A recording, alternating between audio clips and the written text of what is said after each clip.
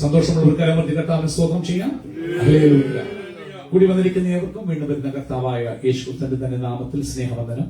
ഈ വർഷത്തില് പരിശുദ്ധാത്മാവ് കൂട്ടായ്മയായി ഞങ്ങൾക്ക് സഭയായി തന്ന ചിന്താവിഷയം എന്ന് പറയുന്നത് this year of spiritual growth and maturity, ആത്മീക വളർച്ചയുടെയും പക്വതയുടെ ഒരു വർഷം. എത്രത്തോളം വളരണം? ക്രിസ്തുവാകുന്ന തലയോളം, ക്രിസ്തുവിൽ നിന്ന് ക്രിസ്തുവിലൂടെ ക്രിസ്തുവിങ്കലേക്ക് വളരുന്ന ഒരു വളർച്ചയുടെ ആത്മീക വളർച്ചയുടെ വർഷമെന്ന് പരിശുദ്ധന്മ പറയുന്നു. ആമേൻ സ്വന്തം എന്നുള്ള ബന്ധത്തില് ആമേൻ സ്വന്തം രണ്ടാമത്തെ മാസം പരിശുദ്ധന്മ ഒരു വളർച്ച എന്നൊരു കാര്യം വരുമ്പോൾ ഒന്നാമത്തെ വിഷയം നിന്റെ ഫൗണ്ടേഷൻ എങ്ങനെയാണെന്ന് നല്ല ഉറപ്പ് വേണം.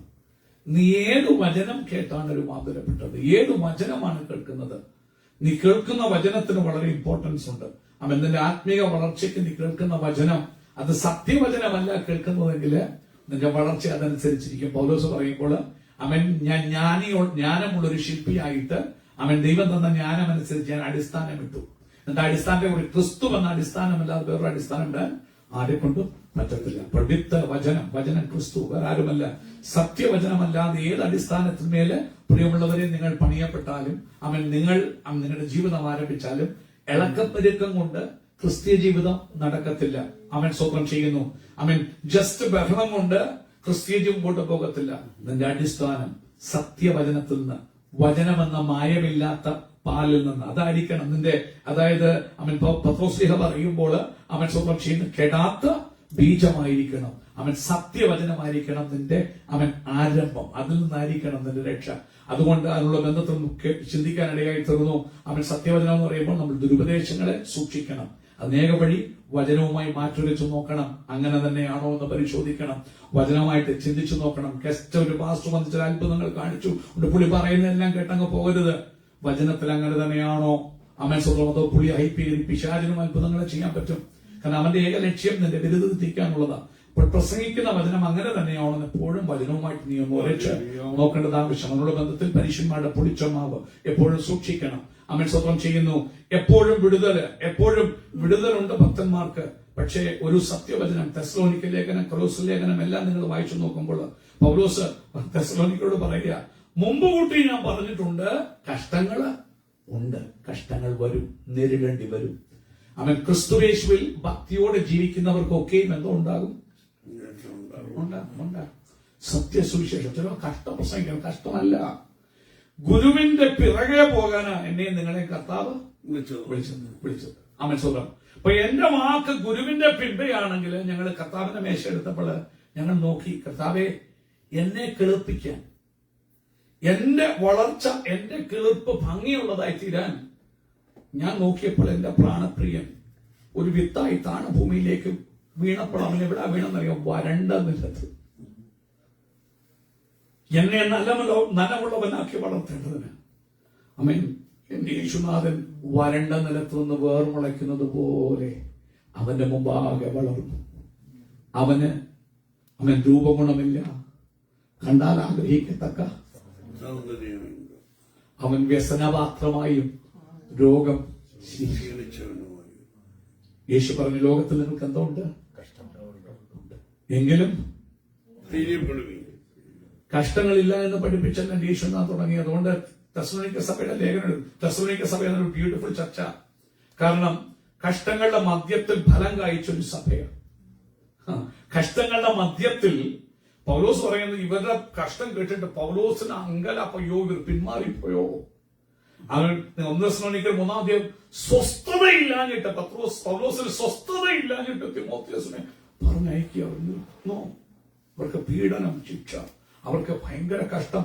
യഹൂദന്മാരാല് വിശ്വാസികൾ യഹൂദ വിശ്വാസികൾ അനുഭവിച്ചതുപോലെ സ്വജാതിക്കാരാൽ തെസ്സലോനിക്കയിലുള്ള വിശ്വാസികൾ വളരെ കഷ്ടം അനുഭവിച്ചു. എന്നാൽ പൗലോസിന്റെ അമ്പരപ്പിന് തിമോഥെയോസ് നിന്നപ്പോൾ അവരെ പ്രത്യാശയോട് കണ്ടു. എന്നിട്ട് അവര് കഷ്ടങ്ങൾ അനുഭവിക്കുന്ന യെരുശലേമുള്ളവർക്ക് വേണ്ടി കരുതുന്ന ഒരു സഭ. അവർ വേദനയെ കൂടെ പോകുക, പക്ഷെ മറ്റു വേദനിക്കുന്നവരെ കുറിച്ച് കരുതുന്ന.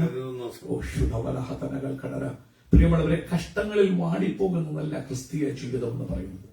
കഷ്ടങ്ങൾ ഏറി വരുമ്പോൾ കൈപ്പായി പിന്നെ പ്രാർത്ഥനയില്ല, ആരാധനയില്ല എന്ന് പറഞ്ഞു പോകുന്നതല്ല. അവൻ സ്വന്തം ചെയ്യുന്നു. ക്രിസ്തീയ ജീവിതം എന്ന് പറയുന്നത് അത് തഴച്ചു വളർന്ന 84-ാം സങ്കീർത്തനം അവൻ സ്വന്തം ചെയ്യുന്നു. ബലം നിന്നിലുള്ള മനുഷ്യൻ ആ ഇങ്ങനെയുള്ളവരുടെ മനസ്സിൽ അടുത്ത വാക്യം കണ്ണുനീർ താഴ്വരയിൽ കൂടി നടന്നാലും. അപ്പൊ ബലമുണ്ട്, സിയോനിലേക്കുള്ള പെരുവഴിയുള്ളതിന് കണ്ണുനീർ താഴ്വരയില്ലെന്നാണോ? കണ്ണുനീരിന്റെ താഴ്വരകളുണ്ട്, ബാക്കായുടെ താഴ്വരകളുണ്ട്. എന്നാൽ ഇന്ന് നീ കർത്താവിൽ ആശ്രയിച്ചാൽ, ശരണപ്പെട്ടാൽ, വചനത്തിൽ ഉറച്ചു നിന്നാൽ നിന്റെ കണ്ണുനീരിന്റെ താഴ്വരയെ, ബാക്കായുടെ താഴ്വരയെ എന്താക്കി മാറ്റും? ബറാക്കായുടെ താഴ്വരയാക്കുന്ന ദൈവം. അതാ നമ്മുടെ സാക്ഷ്യം. സ്തുതിയുടെ സുവിശേഷ സാക്ഷികളാണെന്ന കണ്ണുനീരിന്റെ താഴ്വരകളെ എന്താക്കി? ആരാധനയുടെ താഴ്വര. എല്ലാം പട്ടുമത്തി ആയതുകൊണ്ടല്ല, വേദനയുടെ ആധിക്യമുണ്ടേലും അതിന്റെ മധ്യത്തിൽ ആനന്ദം നിന്ന് നടത്തുന്ന. അപ്പം നിന്റെ വളർച്ച എവിടെയാണെന്നത് ഉറപ്പ് വേണം. ഇപ്പൊ പാലെല്ലാം തലയാക്കും, ചപ്പടി വിദ്യ നടത്തും. യേശു അങ്ങനെ അത്ഭുതം കാണിച്ചു. യേശു പറഞ്ഞു, ദോഷവും വ്യഭിചാരവുമുള്ള തലമുറ അത്ഭുതവും അടയാളം എന്ത് ചെയ്യുന്നു? ഇന്ന് രാത്രി നീ അത്ഭുതങ്ങളുടെ പുറകിലാണ് നിന്റെ വിശ്വാസം. സാക്ഷി ഒരു സാക്ഷ്യത്തെ ഉളവാക്കിക്കോട്ടെ. പക്ഷെ വിശ്വാസത്തിന്റെ ഫൗണ്ടേഷൻ യേശുവാകുന്ന സത്യവചനമാകണം. അവൻ പറഞ്ഞ വചനമാകണം. അവൻ പറഞ്ഞു, ലോകത്തിൽ നിങ്ങൾക്ക് കഷ്ടമുണ്ട്. അവൻ പറഞ്ഞു, ദുഃഖിച്ച് കരയുന്ന നിങ്ങൾ സന്തോഷിക്കും. ആ ഭാഗ്യവാന്മാർ. ഈ വചനങ്ങൾ കേട്ടിട്ട് പിന്നെ വന്ന് അയ്യോ നീണ്ട മുഖത്തോട് ഇരിക്കുമ്പോ നീ യേശുവിന്റെ വഴിയിലേ അല്ല നടക്കുന്ന, യേശുവിന്റെ വചനമേ അല്ല നിന്റെ അടിസ്ഥാനം. നീ മറ്റേതോ സുവിശേഷം കേട്ടു പറഞ്ഞ അത് കറക്റ്റുള്ള സുവിശേഷമല്ല, അത് അനുഗ്രഹത്തിന്റെ സുവിശേഷമല്ല. യേശുവിന്റെ സുവിശേഷവും താഴ്മയുടെ സുവിശേഷമാണ്. യേശുവിന്റെ സുവിശേഷം എപ്പോഴും മറ്റുള്ളവരെ തന്നെക്കാൾ ശ്രേഷ്ഠം നേടുന്ന സുവിശേഷമോ. വചനം പഠിക്കണം, നോക്കണം. അതുകൊണ്ട് ഇന്ന് രാത്രി ഞാൻ മടങ്ങി വരിക. ആ 2ാമത്തെ മാസം മുഴുവനും പറഞ്ഞു, നീ കിട്ടിയ വചനത്തെ കാക്കണം, സത്യവചനത്തെ നിൽക്കണം. മായമില്ലാത്ത കെടാത്ത ബീജമായിരിക്കണം നിന്റെ കിളിർപ്പിന്റെ ആരംഭം. വിത്ത് ശരിയല്ലെങ്കിൽ എത്ര നല്ല വളമിട്ടാലും വെള്ളമൊഴിച്ചാലും ഒരു കാര്യമില്ല. അവൻ അടുത്തൊരു കാര്യം, കള വിതയ്ക്കാൻ സമ്മതിക്കരുത്. വിത്തും കളയും കണ്ടാൽ തമ്മിൽ തിരിച്ചറിയത്തില്ല, അല്ലേ? നാമ് കണ്ടാൽ ഒരുപോലെ ഇരിക്കും. അവൻ ഇന്ന് ക്രിസ്തീയ സഭകളിൽ അനേക കളകൾ വളർന്നു കിടക്കുകയാണ്. ഇന്ന് രാത്രി കഥ പറയുക, നീ വിഷമിക്കുക. ചില മനുഷ്യ സ്വഭാവങ്ങൾ അന്യഭാഷയാണെങ്കിൽ വന്നിരിക്കുമ്പോൾ തന്നെ അന്യഭാഷയാണ്. ഒരു കുഴപ്പമില്ല. ആരാധനയിൽ ഏറ്റവും ഫ്രണ്ടിലാണ് പ്രസംഗം, അടിപൊളി പ്രസംഗമാണ്, നല്ല സാക്ഷ്യമൊക്കെയാണ്. പക്ഷെ അവരുടെ പ്രവൃത്തി ലോകമനുഷ്യരും നമ്മളും നോക്കുമ്പോൾ തിരിച്ചറിയുന്ന പ്രയാസം. ഇത് വിത്തിൽ നിന്ന് വളർന്നതാണോ അതോ ഇത് കളയാണോ? ഇന്ന് രാത്രി പ്രിയമുള്ളവരെ അവൻ വളരെ സൂക്ഷിക്കണം. അതുകൊണ്ട് നിന്റെ വളർച്ച ഉറപ്പുവരുത്താൻ വചനമാകുന്ന വിത്തിൽ തല നിലനിൽക്കണം. പരിശുദ്ധാത്മ ഫെബ്രുവരിയിൽ നമ്മൾ സംസാരിച്ചൊന്നും സമയമില്ലായിരുന്നു ചിന്തിക്കാൻ. ഈ മാസം പരിശുദ്ധാത്മ പറയുന്നത്, എത്ര നല്ല വിത്താണേലും, എത്ര നല്ല വചനമാണേലും, ഈ വചനം മൊത്തം കാണാതെ അരച്ച് കലക്കി കുടിച്ച് പഠിച്ച് ഹൃദയത്തിൽ വെച്ചാൽ പരിശുദ്ധാത്മാവിന്റെ നനവതിന്മേൽ വന്നില്ലെങ്കിൽ യാതൊരു കാര്യമില്ല. അപ്പോൾ കിളിർപ്പ് വേണമെങ്കിൽ വിത്ത് വേണം. പ്രധാനം വിത്തിന്റെ മേൽ എന്ത് ചലിക്കണമെന്നറിയാമോ? ദൈവത്തിന്റെ പരിശുദ്ധാത്മാവാകുന്ന നനവ്.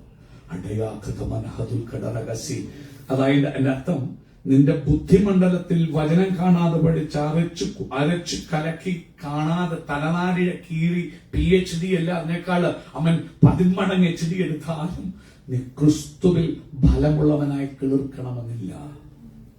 തലക്കനത്തിൽ നിന്നെ കുറച്ചുനാൾ ജീവിക്കാം, പ്രസംഗിക്കാം, പക്ഷെ നിന്നിൽ യാതൊരു വളർച്ചയും കാണത്തില്ല. ഉദാഹരണം ഒന്ന് മനസ്സിലാക്കണം, സിമ്പിൾ ആയിട്ടൊന്ന് പറയാം, എന്നിട്ട് വചനത്തിലോട്ട് പോകാം.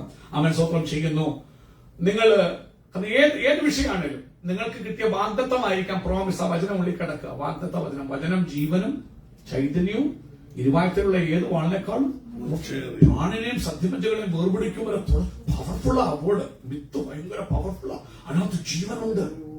നിങ്ങൾക്കറിയാം, വിത്തൊക്കെ നല്ല ഉണങ്ങിയല്ലേ വെക്കുന്നത്. എത്ര വർഷം വേണേലും വിത്ത് ഇരിക്കും, പക്ഷെ തൊട്ടാൽ ജീവനുണ്ടോ? അകത്ത് ജീവൻ ഉറങ്ങിക്കിടക്കുക. ഇന്നൊരു വാഗ്ദത്ത വചനം കൂടെ പറയാം. അവൻ ഹബക്കൂക്ക് പറയുന്നു, ദർശനത്തിന് നിനക്ക് വാഗ്ദത്ത വചനങ്ങൾ കിട്ടിയിട്ടുണ്ട്, പ്രോമിസസ് ഉണ്ട്. തലമുറകളെ കുറിച്ച് പ്രോമിസ്, നിന്റെ ശുശ്രൂഷകളെ കുറിച്ച് പ്രോമിസ്, നിന്റെ ഭാവിയെ കുറിച്ച് വാഗ്ദത്തങ്ങൾ. പക്ഷേ അത് സ്ലീപ്പിംഗ്. പക്ഷെ കാര്യം അത് അനങ്ങും. അത് നീ കാത്തിരിക്കണം. എന്തിനാ കാത്തിരിക്കേണ്ടത്? മുൻമഴയ്ക്കും പിന്മഴയ്ക്കും വേണ്ടി. ഞാൻ അടുത്തൊരു ഉദാഹരണം കാണിക്കാം. പത്രോസ്, ഞായറാഴ്ച ഉപവാസ പ്രാർത്ഥന ചിന്തിച്ചെങ്കിലും പറഞ്ഞ നിങ്ങൾ എല്ലാത്തോണ്ട് മാത്രം പറയാം. പത്രോസ് അല്ലെ, പത്രോസിനെ പടക് വല കഴുകുന്നിടത്തുനിന്നാണല്ലോ വിളിച്ചത്. എന്തോ പറഞ്ഞാ വിളിച്ചത്? ഞാൻ നിന്നെ അല്ലേ, പ്രോമിസ്, വചനം, ഞാൻ നിന്നെ എന്താക്കും. ഇതുവരെ മീൻപിടുത്തക്കാരനായിരുന്നു അല്ലേ, കർത്താവിന്റെ വാഗ്ദത്തം പറയും, ഞാൻ നിന്നെ I will make you fishers of. 3 വർഷം വചനത്തോട് ചേർന്ന് നടന്നു, കൂടെ നടന്നു, വചനത്തിന്റെ മുമ്പിൽ വചനം തന്നെ പറഞ്ഞു, നീ പത്രോസാകുന്നു. ഈ ബെറിയാനോ ഷിമോനെ ജഡരക്തങ്ങളല്ല നിനക്കിത്. അവനറിയാം, ആരാന്നറിയാം, യേശുവെന്നറിയാം, ദൈവപുത്രനാണെന്നറിയാം, സ്വർഗരാജ്യത്തിന്റെ താക്കോല് വരെ കിട്ടിയ പുള്ളിയാ. ഇന്ന് രാത്രി എന്നോട് കൂടെ നടക്കണം. പക്ഷെ കിട്ടിയ പ്രോമിസ് ഇതുവരെ ഫലപ്രാപ്തിയിലേക്ക് എത്തിയോ? ഈ രണ്ടായി അയച്ചു, പലയിടത്ത് പോയി അത്ഭുതങ്ങളും മിറക്കിളും നടന്നു. പക്ഷെ മനുഷ്യരെ ആരെയും പിടിക്കാൻ ഇതുവരെ എന്ത് പറ്റിയിട്ടില്ല. എന്നിട്ട് കൂടെ നടന്ന് 3.5 വർഷം കഴിഞ്ഞ് കർത്താവ് മരിച്ചു, അടക്കപ്പെട്ടു, ഉയർത്തെഴുന്നേറ്റ് യേശുവിനെ കണ്ടു, കണ്ണുകൊണ്ട് കണ്ടു, കൂടെ നിന്ന് കഴിച്ചു. അത് കഴിഞ്ഞും പറയാം, 21 അധ്യായത്തിൽ പറയാം, ഞാൻ മീൻ പിടിക്കാനായിട്ട് പോവുക. ആരുടെ കൂടെ നടന്നേ? നമ്മൾ കേൾക്കുന്ന വചനം പോലെ സാക്ഷാൽ ജീവനുള്ള വചനമാകുന്ന ക്രിസ്തുവിനോട് കൂടെ നടന്നു, ക്രിസ്തുവിന്റെ മാറിൽ ചാരി നടന്നു. കിട്ടിയ പ്രോമിസ് ആകുന്ന വചനം ആക്ടിവേറ്റഡ് ആയോ? ഇല്ല. എന്നിട്ട് അവൻ പിൻപാടിന്റെ കർത്താവിന്റെ സ്നേഹം നോക്കണേ. ഇന്ന് നമുക്കൊക്കെ വചനം കിട്ടി രക്ഷിക്കപ്പെട്ട് സ്നാനപ്പെട്ടൊക്കെ വന്നവരാ, വചനമൊക്കെ ഉള്ളിലുണ്ട്. പക്ഷെ ഇന്നും എന്റെയും നിങ്ങളുടെ നടത്ത് പലപ്പോഴും ലോകത്തിന്റെ പിന്മാറ്റത്തിലെ നടത്തമാണ്. മീൻ പിടിക്കാൻ പോയടത്ത് കർത്താവ് വീണ്ടും തേടി വരികയാണ്. രാത്രി മീൻ പിടിച്ചു, രാത്രി മുഴുവൻ അധ്വാനിച്ചിട്ട് എന്ത് കിട്ടിയില്ല, ഒരു കട്ടുമ്പോ പോലും. പക്ഷെ കരയ്ക്ക് ആരും നോക്കി നിൽക്കുക. ചോര തന്നവന് വലിച്ചറിയാൻ പറ്റത്തില്ല. ചെങ്കലെ ചോര ലാസ്റ്റതിനെ കൂട്ടി തന്നവന് തള്ളിക്കളയാൻ പറ്റത്തില്ല. ഇന്ന് രാത്രി എന്തുകൊണ്ടാണ് ഞാൻ നിങ്ങളോട് നാം തള്ളിക്കളയാൻ? എന്നെ നിന്നെ തേടിയ മുന്നിട്ട് വന്നതുകൊണ്ട് ഞാനും നിങ്ങളും സ്വന്തം ഇഷ്ടത്തിനും സ്വന്തം ഹിതത്തിനും അനുസരിച്ച് ഓടിയിട്ടും തള്ളിക്കളയാതെ. അമ്മൻ അവസാനം യേശു പറഞ്ഞു, വലത്ത് ഭാഗത്ത് വലയാക്ക. യേശു അതുപോലെ അവർക്ക് അറിയത്തില്ല. എന്നിട്ടും പെരുത്ത മീൻകൂട്ടം കിട്ടിയപ്പോ നേർക്ക് യേശുവിനെ അറിയണമെങ്കിൽ അത്ഭുതം കിട്ടണം, വിടുതല കിട്ടില്ല. ഭർത്താവ് വലിയവനാണ്, എന്നെ കരച്ചിന് കടന്നുതരുക. അത്ഭുതത്തിലല്ല അറിയേണ്ടത്. അന്നേരമാണ് പത്രോസ് കർത്താവ് ചാടി ആരൊക്കെ ചോദിച്ചവനെ ഉറപ്പിച്ചു. പിന്നെ എന്താണ് ഇവനെ മനുഷ്യരെ പിടിച്ചതെന്നൊക്കെ അറിയാമല്ലോ അല്ലേ? യേശു സ്വർഗ്ഗാരോഹണം ചെയ്യുമ്പോൾ ശിഷ്യന്മാരോട് പറഞ്ഞു, നിങ്ങൾ നഗരം വിട്ടുപോകാതെ.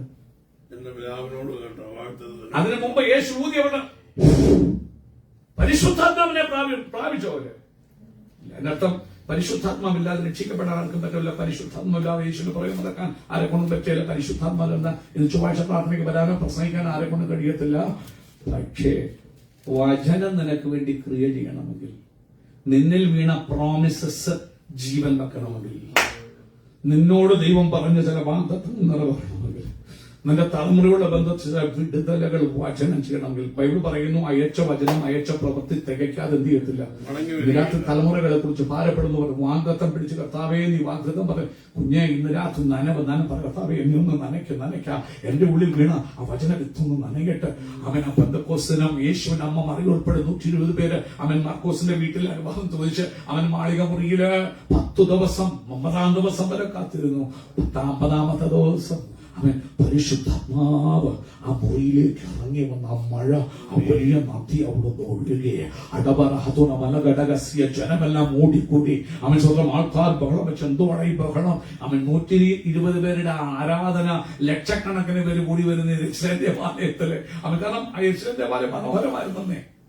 കാരണം യേശുവിൻ ശിഷ്യന്മാരും ആ ഒലിവയുടെ ചെറിയ ബ്യൂട്ടിഫുൾ ആണ് ടെമ്പിൾ എന്ന് ശിഷ്യന്മാര് യേശുവിനെ കാണിച്ചു കൊടുക്കുക. അപ്പം ഭയങ്കര ഒരു ദേവാലയമാണ്. അവിടെ കൂടുന്ന ലക്ഷോപലക്ഷം ജനങ്ങളാണ്. പക്ഷെ 120 പേരുടെ ആരാധന, ഭയങ്കര ആൾക്കൂട്ടത്തെ വിളിച്ചു കൂട്ടി. അവര് കളിയാക്കുമ്പോൾ പത്രോസ് 11 പേരോടുകൂടെ എഴുന്നേറ്റ് അവിടെ നിന്നു. കാരണം നനവ് വന്നു. അവന്റെ ഉള്ളിൽ വീണ ആ വാഗ്ദത്തത്തിന്റെ ആ വിത്ത് കിളിർക്കാൻ തുടങ്ങി. അതിന്റെ തോടുകള് പൊട്ടി.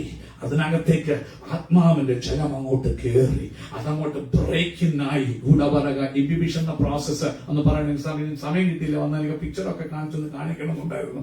എങ്ങനെയാണ് ഒരു വിത്തിനകത്ത് ജീവൻ വ്യാപരിക്കുന്നതെന്ന് അറിയണം. ഗുണമനകസ്യ അതിന് വെള്ളം എങ്ങനെ സഹായിക്കുന്നു, കാറ്റെങ്ങനെ സഹായിക്കുന്നു, ചൂട് എങ്ങനെ സഹായിക്കുന്നു എന്നൊന്ന് മനസ്സിലാക്കിയാൽ അവൻ പരിശുദ്ധാത്മാവിന്റെ കാര്യം കർത്താവെ ഞാൻ വന്നിരിക്കുമ്പോൾ ഞാൻ വചനം കേൾക്കാം.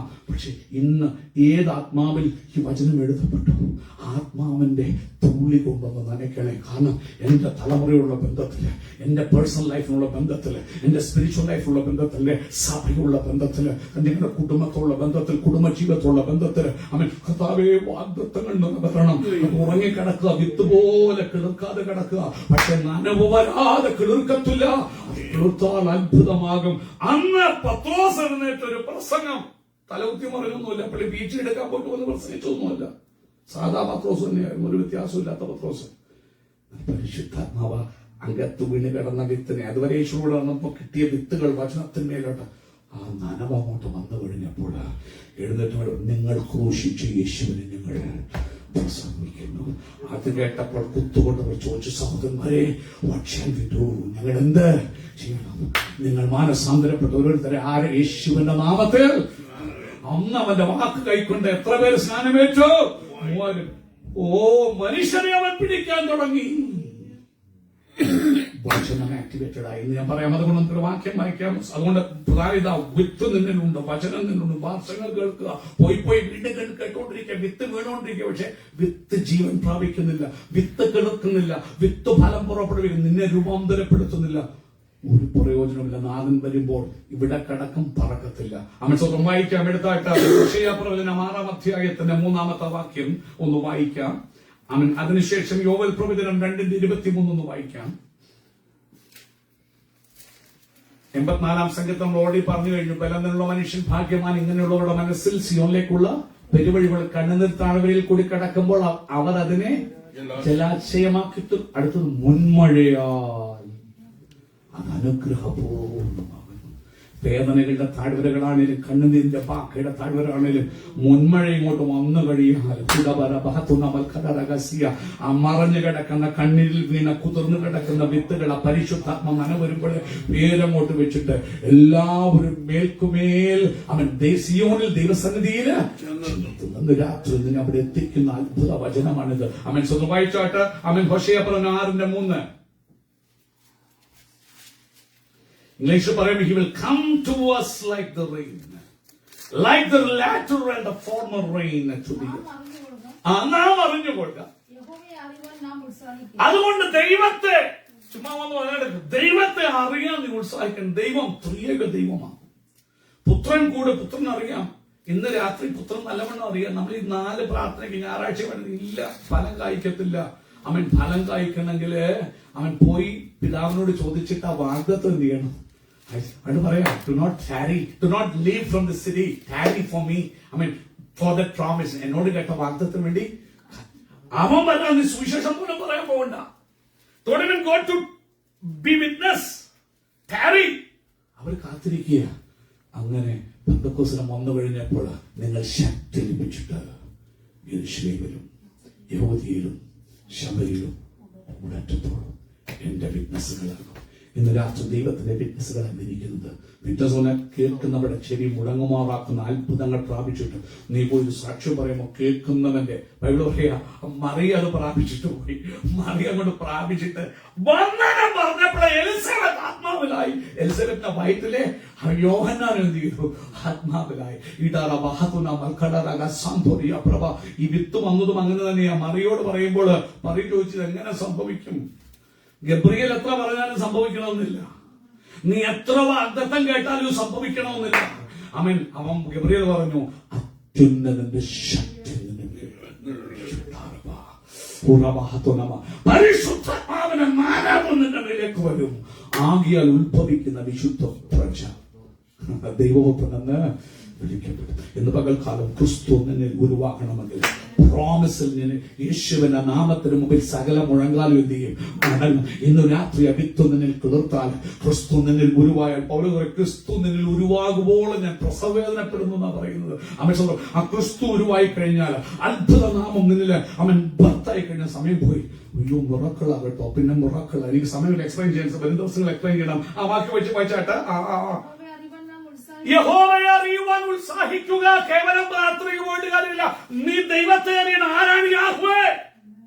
അവൻ എലോഹിമാണ്. അനന്തരം നാം പ്ലൂറലാണ്. പിതൃപുത്ര പരിശുദ്ധാത്മാവാം ദൈവമാണ്. ഇത് പറയാ വായിച്ചു. അടുത്തത് അവൻ ഉദിക്കുന്നവനാണ് പ്രഭാതം പോലെയും അവൻ മഴ പോലെ അവനാഴാ നനയ്ക്കുന്നവനാണ്. അവൻ മഴ പോലെയാണ്, നിന്റെ മേൽ മഴ പോലെ പെയ്യുന്നവനാണ്. നിന്റെ ഉള്ളിലെ വചനത്തിന്റെ വാഗ്ദത്തങ്ങളെ കുളിർപ്പിക്കുന്നവനാ. നിന്റെ ദൈവം നിന്റെ മേൽ മുൻമഴയായും പിന്മഴയായും വരുന്ന ദൈവമാണ്. മുൻമഴ കിളിർപ്പിക്കാൻ നമുക്ക് സമയമില്ല. പിന്മഴ എന്ന് പറഞ്ഞാൽ കൊയ്ത്തിന് മുമ്പ് റെഡിയാക്കാൻ, റൈപ്പനിങ്.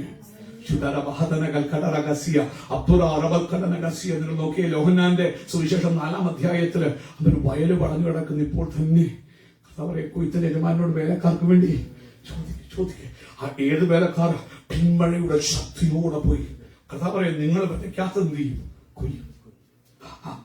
ഇന്ന് ആ മഴയ്ക്ക് വേണ്ടി കർത്താവേ, മഴ എന്നെ വരുമ്പോ വരട്ടെ, എന്റെ ഉള്ളിൽ കിടക്കുന്ന പ്രോമിസിൽ നിന്ന് വചനം കിളിർക്കേണ്ടതിന്. അടുത്ത വാക്യം വായിച്ചാട്ട, യോബിൽ 2:23.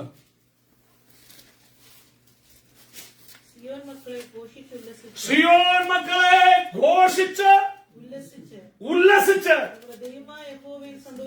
നീ സന്തോഷിക്കുന്നവർക്ക് രാത്രികാല പരിശുദ്ധം എന്ന് പറയാ. സിയോൻ മക്കളെ ഘോഷിച്ചുല്ലസിച്ച് ദൈവത്തിൽ നീ സന്തോഷിക്കുക. അടുത്തത് എന്തിനാ? ഈ അളവുണ്ട് കേട്ടോ.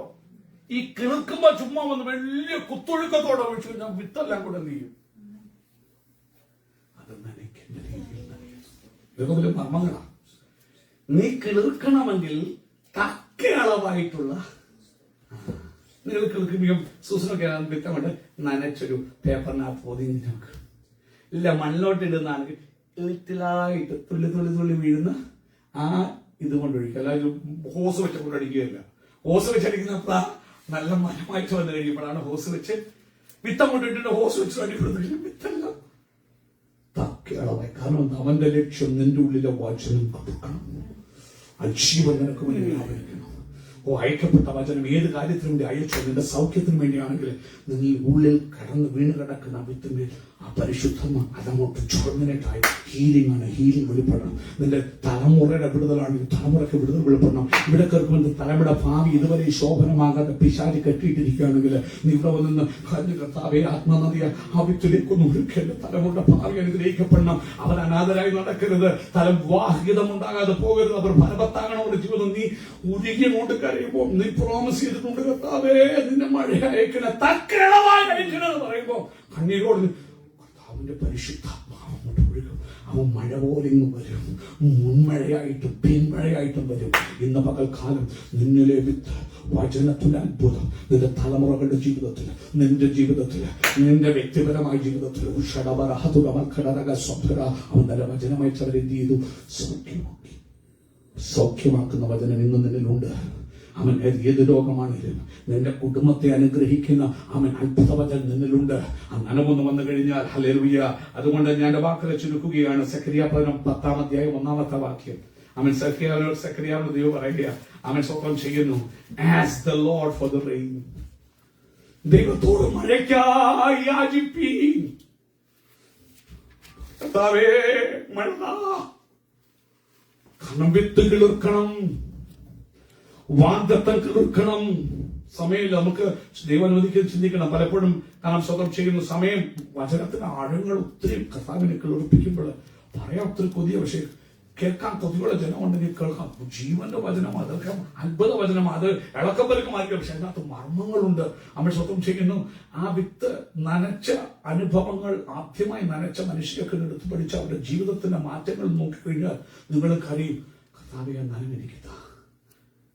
സൗഖ്യമോ വിടുതലോ ചെയ്യും. ആ പരിശുദ്ധാത്മാവിന്റെ നനവ് എന്നിൽ വചനമുണ്ട്. ഞാൻ വചനം വായിക്കുന്നുണ്ട്, കേൾക്കുന്നുണ്ട്, പ്രസംഗം കേൾക്കുന്നുണ്ട്. പക്ഷെ അതിലേക്ക് നനവൊന്ന് ഇറങ്ങിയിട്ട് ആ വചനം അത്ഭുതമായി എനിക്ക് മാറേണ്ടതിന്, എന്റെ തലമുറയ്ക്ക്, എന്റെ കുടുംബത്തിന്, എന്റെ ദേശത്തിന് അത് മിറക്കിളായി മാറേണ്ടത് കർത്താവെ സഹായിക്കണം. പറയാൻ സമയം പോയതുകൊണ്ട് അവൻ നമുക്ക് എഴുന്നേൽക്കാൻ, നമുക്ക് പാട്ടുപാടി. അതുകൊണ്ട് അവൻ സ്വന്തം ചെയ്യുന്നു. ക്രിസ്തുവാകുന്ന തലയോളം വളരുവാണ്. ഇന്ന് പകല് നമുക്ക് ഏൽപ്പിച്ചു കൊടുക്കാം. അവൻ എഫെസ്യ ലേഖനം അവൻ 4:15-16 താക്കോൽ വാക്യം അത് വായിക്കാൻ ഞാൻ ആഗ്രഹിക്കുന്നില്ല. ഇന്ന് നമ്മെ തന്നെ അവൻ ഏൽപ്പിച്ചു കൊടുക്കാം. നമുക്കൊരു ഗാനം